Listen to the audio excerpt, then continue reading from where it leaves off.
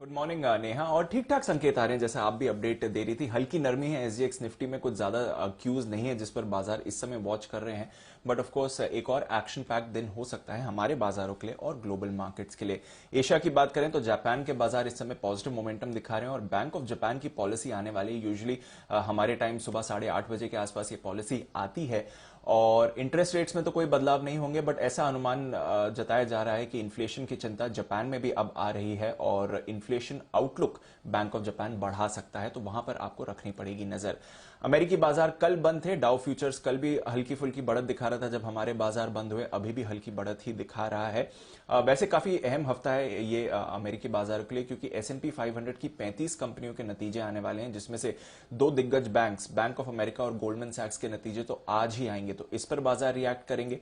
दूसरी बड़ी चीज इस पर बाजार रिएक्ट करने वाले हैं वो है बढ़ती हुई बॉन्ड यील्ड। 1.81% पर अमेरिका की 10 साल की बॉन्ड यील्ड है 2 साल की ऊंचाई पर, और जो 2 साल की शॉर्ट टर्म बॉन्ड यील्ड है वो भी अब 1% के ऊपर है, अगेन 2 साल की ऊंचाई पर। यानी कि बॉन्ड यील्ड तो प्री पैंडेमिक लेवल्स पर आ गई है, तो डेफिनेटली इसका भी इंपैक्ट थोड़ा बाजार पर आ सकता है।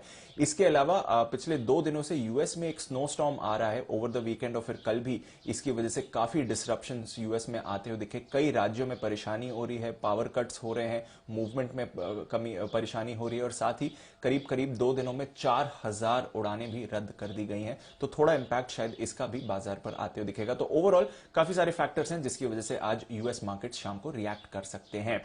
यूरोप की कल बात करें तो मजबूत कारोबारी दिखा, करीब आधे से 1% की बढ़त थी। कुछ काउंटर्स जो यूरोप में एक्शन में रहे, क्रेडिट स्विस, यहां पर पिछले कुछ सालों से परेशानी चल रही थी। नए चेयरमैन हाल ही में आए थे ये परेशानी ठीक करने के लिए, और अब उन्होंने भी इस्तीफा दे दिया है क्योंकि क्वारंटाइन के नियम उन्होंने उनका पालन नहीं किया, जिसकी वजह से उन्हें इस्तीफा देना पड़ा। तो ये स्टॉक कल 2% नीचे था।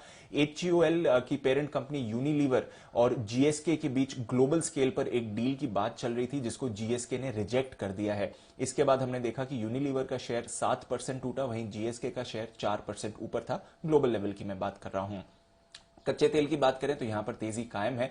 हम देख रहे हैं कल भी $86 के ऊपर ही ब्रेंट ट्रेड करते हुए दिखा, अभी भी उन्हीं लेवल्स के आसपास है, तो वहां पर खरीदारी का ही माहौल बना हुआ है। यूक्रेन और रशिया के टेंशन के बीच नेचुरल गैस के दामों में भी हम देख रहे हैं लगातार बढ़त का ट्रेंड है, और ऐसा ही डर है कि फिर से नेचुरल गैस के दामों में एक स्पाइक आते हुए आपको दिख सकता है। सोना भी कल स्टेबल था, हल्की सी खरीदारी दिखी, $1820 के करीब आते हुए दिख रहा है, और कल डॉलर में भी थोड़ा रिबाउंड देखा है, तो मजबूती डॉलर इंडेक्स से भी आ रही। तो ओवरऑल ठीक ठाक ग्लोबल संकेत है नेहा, और देखना पड़ेगा आज शाम अमेरिकी बाजारों में 3 दिनों के छुट्टी के बाद कैसा एक्शन रहता है।